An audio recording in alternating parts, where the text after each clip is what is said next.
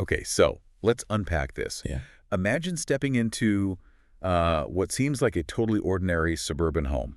Quiet Australian town. Right. Picture this family lunch. Beef Wellington served up. Sounds pretty standard, comforting almost. Absolutely. It paints a picture of, well, warmth, family, safety. Exactly the kind of setting you wouldn't expect anything terrible to happen in. Precisely. Because on July 29, 2023, in this town, Leongatha, Victoria, that lunch, it became the start of something truly awful, a tragedy that, frankly, grabbed the world's attention. It really did. 4 guests gather, they eat this meal, and just days later, 3 of them are dead. The 4th is fighting for their life in hospital. Just shocking. A shockwave that went way beyond Leongatha. Mm-hmm. It forced everyone to confront how something so devastating could, just erupt in such an everyday situation. So our mission in this deep dive, and we're pulling from all the sources you've gathered, the news reports, the court documents, expert analysis on the poison itself and the forensics, is really to get beyond those initial headlines. Yeah, to understand what the evidence actually tells us. How did this happen? Why is it so captivating? And what can we learn from looking closely at all the different layers? We'll be exploring how something so incredibly deadly could end up in a family meal. What do the sources suggest about the often hidden dynamics within families? And how science, particularly forensic science, steps in when direct evidence is, well, thin on the ground. Plus, the whole idea of circumstantial evidence, what does that really mean in a courtroom? What weight does it carry? Yeah, this isn't just another true crime story. It's really a look at this intersection of hidden feelings, maybe intentions, complicated relationships, and some pretty powerful science. It's the kind of case that might make you pause, maybe check that dinner invite twice. Or perhaps do a quick Google search on, certain types of mushrooms. We'll definitely get into that. For sure. But it absolutely makes you question, doesn't it? Yeah. How well do you really know the people closest to you? And it really highlights the amazing capabilities of modern forensics, how they can piece together a puzzle even when crucial bits are missing. Or maybe deliberately removed. Okay, let's ground ourselves in the scene the sources describe. Leongatha, small town, quiet rural feel, southeast of Melbourne. The date again, July 29th, 2023, the place. Erin Patterson's home. And the guests. Her former in-laws, Don and Gail Patterson, both 70. Right. And Gail's sister, Heather Wilkinson, who was 66, and Heather's husband, Ian Wilkinson, 69. And there's a significant detail right off the bat in the sources. Erin's estranged husband, Simon Patterson, he was invited, but he didn't go. Yeah, testimony indicated he felt, quote, uncomfortable because of a recent shift in their relationship. And the sources mentioned Erin seemed disappointed he wasn't there. The meal served was beef Wellington. And for those 4 guests, the consequences were, well, incredibly fast and devastating, according to the reports. The very next day, all 4 started showing severe symptoms. Initially looked like maybe bad gastro. Exactly. But it quickly became clear this was something much, much worse than typical food poisoning. They were all hospitalized very quickly. And the reason why they were so terribly ill, that soon became horribly clear. It did. The sources all confirmed the cause was death cap mushrooms. The scientific name is Amanita phalloides. And these things are just notoriously dangerous. Oh, incredibly so. Experts cited in the sources explain they're packed with these potent toxins, mainly amatoxins, things like alpha-amanita, beta-amanita. The amount needed to kill is terrifyingly small, isn't it? The sources say something like 0.1 milligrams per kilogram of body weight. That's right. It's tiny.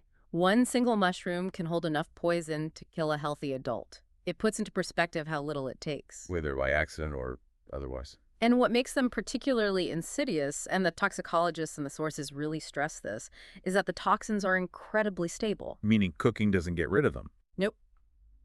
Cooking, peeling, drying, even freezing, none of it destroys the amatoxins.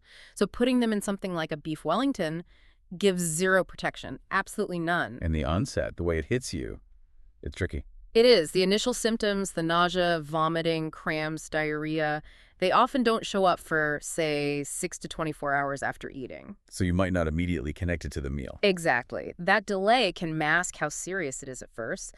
But as the sources detail, that delay is also a classic sign of death cap poisoning. And once those toxins take hold, they launch this brutal attack, primarily on the liver and kidneys, and in severe cases like this one, it leads to liver failure, multiple organ failure, and death, sometimes within just 48 hours after those serious symptoms start. which tragically matches the timeline we see in the sources. 5 days after that lunch, Gail Patterson and Heather Wilkinson died. Don Patterson died the next day. The autopsy findings, detailed in the reports, confirmed it. Liver failure, multiple organ failure, and they detected the toxins in Don's system and in samples. But one guest survived, Ian Wilkinson. Yes, the sole survivor. But he went through an absolute ordeal.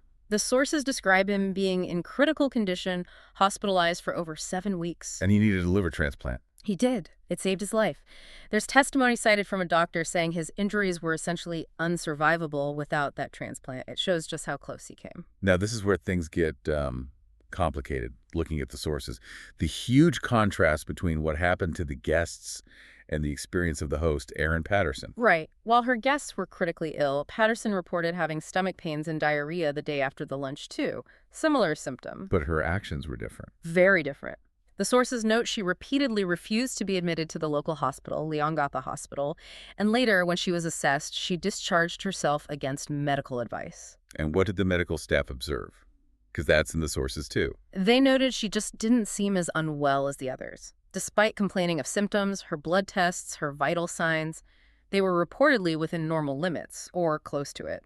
Which seems inconsistent with severe poisoning and her activity level. That raised questions, too. The day after the lunch, despite saying she had diarrhea, sources report she drove her son quite a distance, hours away, for a flying lesson. And her son testified about that trip. Yes, his testimony, as reported, was that she didn't use the toilet at all during that whole long drive. Then there's this detail about the plates. Seems small, but it became quite significant. It did. Testimony came from the survivor, Ian Wilkinson, and also from the estranged husband, Simon Patterson. They both said Erin ate from a different plate. How so? Hers was apparently smaller and a different color. The guests all used these large gray plates. Ian Wilkinson even recalled one of the other guests commenting on the different crockery during the meal. Wow. So this difference in health outcome and the plate detail, these became major threads for the investigators. Absolutely critical threads, as the sources show, which they started pulling on using all the tools of modern policing and forensics. Following the trail from, well, leftovers to digital dust. Patterson's own actions after the lunch were naturally under intense scrutiny, based on the sources. Her first statement to police, for instance. What did she say then? She claimed she'd bought dried mushrooms from an Asian supermarket about 3 months earlier. That was her initial story.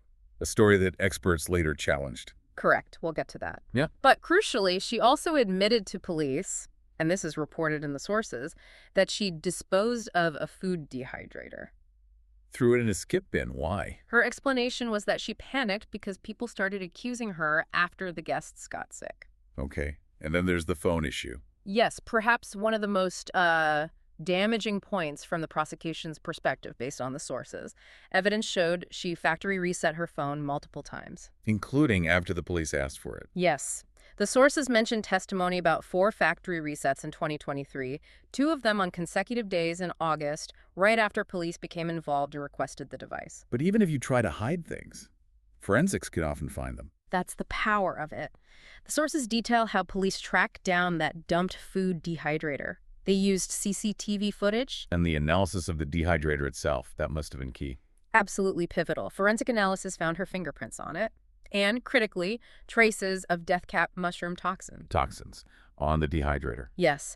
And DNA analysis of a sample from it showed a high similarity to death cap mushrooms. That's a really specific forensic link reported in the sources. And digital forensics, what did they uncover?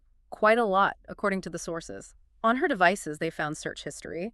She'd looked up death cap mushrooms on an app called iNaturalist. When? A year before the lunch, and again months before. They also found photos on a tablet showing a food dehydrator with mushrooms in it. And then there were angry text messages about her estranged husband and his parents, particularly around the time of disputes over child support. What about toxicology on the victims in the food? Well, toxins were detected in the survivor, Ian Wilkinson, that was clear. And the sources mention one expert found toxins in one sample of the leftover beef Wellington. But not all samples. No. And this became a real point of argument in the trial. Another expert testified they found no toxin traces in a different sample of the leftovers they tested. It highlights how complex forensic testing can be. Sampling differences, degradation, perhaps. And the mushroom source itself, did they pin that down? The investigation brought in mycologists, mushroom experts. Their testimony, as detailed in the sources, was clear. Death cap mushrooms grow wild, usually under oak trees. They can't be commercially cultivated. So that contradicts her story about buying them. Directly. It makes the supermarket or Asian grocer claim seem highly improbable. And a health department investigation backed that up. They grow wild, they aren't sold like that. And there was also a missing phone. Yes, police couldn't locate one of her phones, which the sources refer to as Phone A. The prosecution suggested it might have been used during visits to areas where death caps are known to grow. Okay, so you have all these discrepancies piling up. Her initial claims versus the evidence from forensics, the experts, her digital footprint, her own actions. Exactly. Her story about the mushrooms, denying the dehydrator at first, her reported health versus her guests, all these inconsistencies became major pillars for the prosecution when the case went to trial. Which takes us into the courtroom. A battle between two narratives. Deliberate poisoning versus tragic accident. That's the core conflict. The prosecution's argument, laid out in the trial sources, was that this was planned.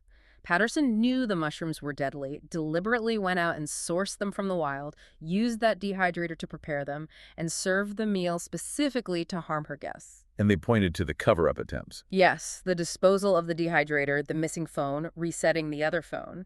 They argued these showed consciousness of guilt.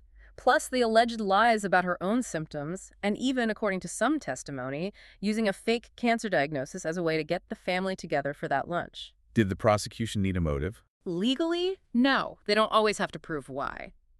But the sources note they presented evidence of potential underlying tensions, arguments over child support, the difficult relationship breakdown with Simon, disputes over property or loans, and Simon's own expressed discomfort about even being there. Things that could suggest a motive. And the defense? How did they counter all this? Their position, as reported, acknowledged she lied. They admitted she disposed of the dehydrator, but they framed it entirely differently as an act of sheer panic. Not premeditation, but a terrified reaction. Exactly. They argued she only realized the horrific consequences after everyone got sick, freaked out, and then made terrible decisions like lying and dumping evidence. They emphasized her claimed closeness to her in-laws, arguing it was inconsistent with wanting to harm them. What about the conflicting evidence? They highlighted that the differing expert results on the leftover toxins. They also raised possibilities of forensic cross-contamination, and they pointed to her documented history of genuine medical issues, suggesting her health complaints weren't necessarily fabricated, separate from that specific cancer claim. So the jury is left with this stark choice. Deliberate poisoning with intent to kill or cause grievous harm, or a terrible fatal accident, maybe born of ignorance or recklessness, followed by panic. The implications are worlds apart. And woven through all the science and legal arguments is this deeply human story. The family dynamics, the secrets, the tensions that can exist just below the surface of what looks like normal suburban life. The sources offer glimpses of this, and it feels like, well, a real cautionary tale. You read about the relationship between Erin and Simon Patterson, the testimony, separations, attempts to reconcile, arguments about money, child support. Those text messages described as extremely aggressive. And Simon's own words about feeling uncomfortable being there for lunch. It really speaks volumes about the background tension as presented in the sources. Then there's Erin's relationship with Don and Gail, her in-laws. She claimed they were close, but then there's testimony about her trying to involve them in her disputes with Simon and those angry messages found on her devices that were about them. And the alleged use of a fake cancer diagnosis to arrange the lunch. In true, that adds another layer of alleged deception right into the heart of the family interactions. Even the children's perspective, which came out in testimony according to the sources, painting a picture of their parents' negative relationship. The son mentioning his father trying to hurt mom.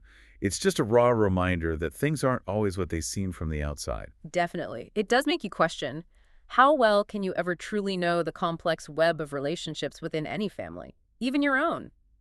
So ultimately, the prosecution's case really hinged on putting together this narrative from circumstantial evidence. It's clear from the legal sources there wasn't, a smoking gun, no eyewitness saying, I saw her put the mushrooms in, no confession. Right. It was all about connecting the dots. Exactly. Building a case by linking all these individual facts together. The timing of everything, the lies she told, the getting rid of the dehydrator and the phone issue, those internet searches for death caps before the lunch, the stark difference in how sick she was compared to the guests, that detail about the different plates or actions afterwards, the background relationship tensions. And that's the nature of circumstantial evidence, isn't it? As this case really demonstrates, it requires the jury to make inferences, to draw conclusions. One piece alone might not prove anything definitively. But the prosecution argues that when you look at all of it together, the whole pattern, it points overwhelmingly towards intentional poisoning. It's the only explanation, they argue, that fits all the facts. The defense, naturally, argued those same facts could be explained differently by panic, coincidence, misunderstanding. And that's where you really feel the weight of that evidence. It's the jury's immense task to weigh all these indirect pieces and decide which conclusion is reasonable beyond doubt. It makes you appreciate how these cases are constructed, brick by brick, from these fragments. Or how they might fall apart if the connections aren't strong enough. It's a powerful illustration of the justice system working through ambiguity, relying on patterns, behaviors, science, and those digital breadcrumbs to try and establish intent when it's not openly stated. So we've journeyed through this case, haven't we? From a seemingly innocent lunch in a quiet town to the grim details of toxicology and the incredible work of forensics, right into the heart of a courtroom drama. Yeah, a journey that revealed how 3 lives were tragically cut short, another life was altered forever, and how the accused ended up facing the most serious charges imaginable based on this complex mosaic of evidence. It absolutely underscores the critical role of modern forensic science, bringing hidden details to light from DNA on a kitchen appliance to deleted search histories. Definitely. And it brings that concept of circumstantial evidence out of the textbooks and into sharp, real-world focus. You really do feel the cumulative weight of all those interconnected facts. Indeed. And it serves as such a stark, sobering reminder. A cautionary tale, really. That even in the most ordinary settings, behind closed doors, shocking events can unfold, often involving people we think we know inside out. Which leaves us, and you, with this final thought to chew on. In today's world where information and misinformation is everywhere, from online foraging guides to very public social media disputes, how do we actually separate truth from lies, intention from accident? And maybe more fundamentally, what does it truly mean to know the people closest to us, their hidden complexities, their inner lives, especially when the most unimaginable events can spring from the most mundane, everyday circumstances?